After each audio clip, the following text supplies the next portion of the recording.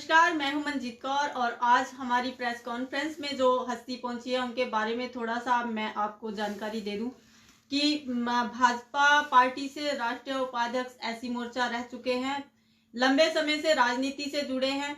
इसके अलावा भी उनकी बहुत सारी उपलब्धियां हैं। कुछ सवाल मेरे रहेंगे, कुछ मेरे सहयोगियों के रहेंगे। आइए आपको ले चलते हैं सूरज भान कटारिया के पास, विस्तार से जानकारी देते हैं सूरज भान कटारिया से। जी सर, नमस्कार। नमस्कार मैडम, नमस्कार। सबसे पहले तो हमारे चैनल पर आपका स्वागत है।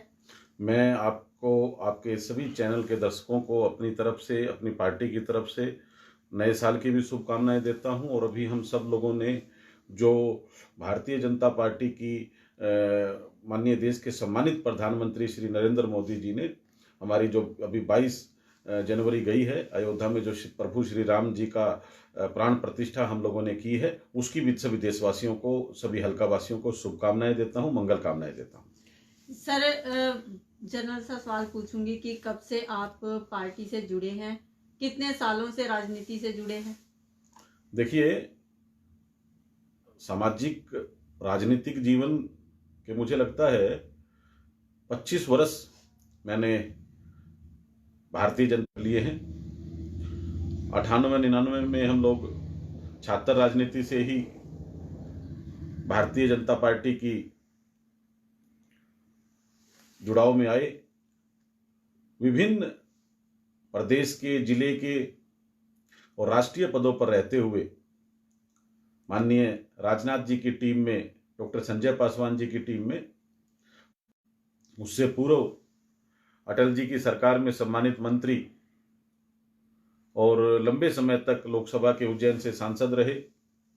मौजूदा समय में पार्टी के जो हमारा सबसे सशक्त दल है, पार्लियामेंट्री बोर्ड और चुनाव समिति के सदस्य हैं डॉक्टर सत्यनारायण जटिया जी, उनकी टीम में मुझे राष्ट्रीय प्रवक्ता के रूप में कार्य करने का अवसर मिला और उत्तराखंड राज्य का मैं उस समय प्रभारी भी रहा। उसके बाद विभिन्न भारत सरकार की कमेटियों में, चाहे वो एयरपोर्ट अथॉरिटी हो, चाहे वो फिल्म सेंसर बोर्ड हो, और मौजूदा समय में जो हमारा सामाजिक न्याय अधिकारिता मंत्रालय है भारत सरकार का, जो कि देश की कुल आबादी के 80% लोगों के साथ कहीं न कहीं रूप से हम लोग जुड़े हैं, उस मंत्रालय में मैं माननीय सदस्य के रूप में अभी कार्यरत हूँ। राजनीति की बात करें तो शाहबाद से आपकी दावेदारी की भी चर्चाएं आ रही हैं।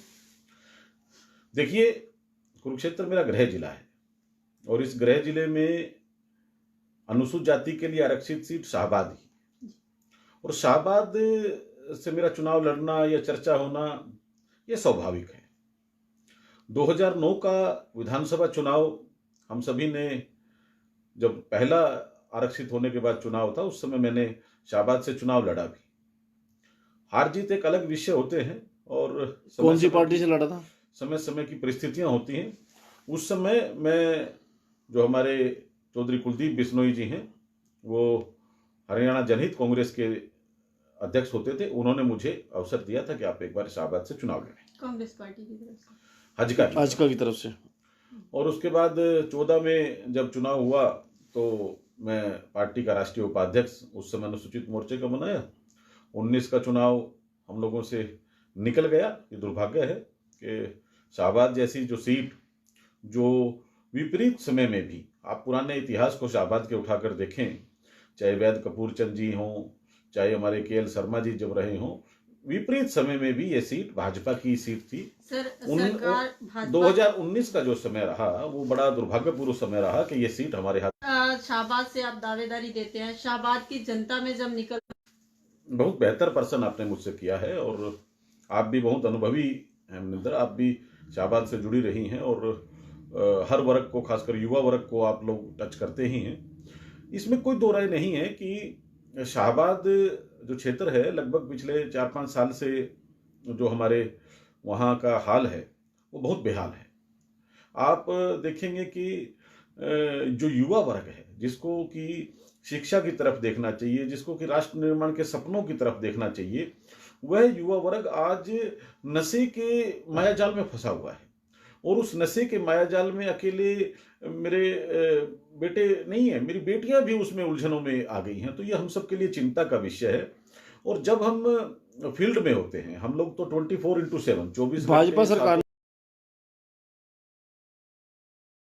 क्षेत्र जिन जन समस्याओं से उलझ रहा है, वो जन समस्याएं मैं आपको बताता क्या क्या समस्या है आपके साथ? मैं बताता हूँ। अभी आपने देखा है कि एक प्राकृतिक आपदा पिछले साल हम लोगों ने देखी है जी। आपने देखा कि आधा शाहबाद शहर का जो क्षेत्र था वो पानी में डूब गया। पानी में डूब गया। यह समस्या हम लोगों के लिए बड़ी है।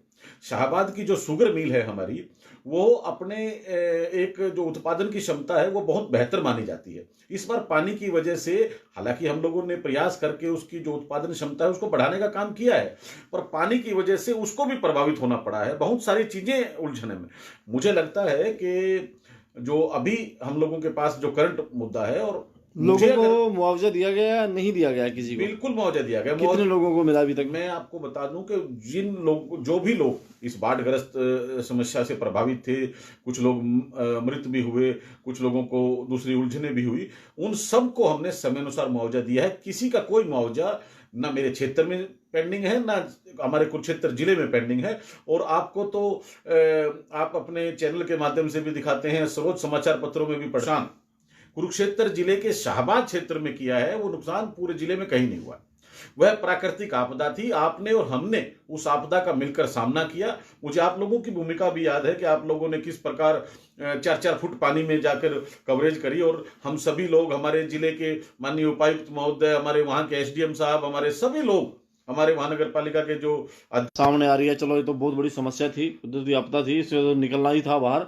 इसके अलावा और समस्या क्या देखने को मिलती है शाहबाद में? देखिए, शाहबाद की जो समस्या है, शाहबाद की समस्या को मैंने सबसे प्रमुखता से जो आप लोगों को बताया है, और आप भी मुझे वही बात अब दोहरा रहे हैं, वहां सबसे बड़ी उलझन है नशाखोरी। हमें उस नशाखोरी के जो मायाजाल में उलझा रहे हैं, मुझे लगता है कि हम लोगों ने जो अभी वो वहाँ पुलिस अधीक्षक के माध्यम से, वहाँ के जो हमारे एसएचओ हैं, थाना प्रभारी हैं, उनके माध्यम से हम लोगों ने जो प्रयास किया है कि नशे के सूत्रधारों को ही हम लोग खत्म करें, ताकि वो सूत्रधार हमारे क्षेत्र में नशे की जो खेप है, नशे के जो कारोबार है, उसको बढ़ावा ना दे सके।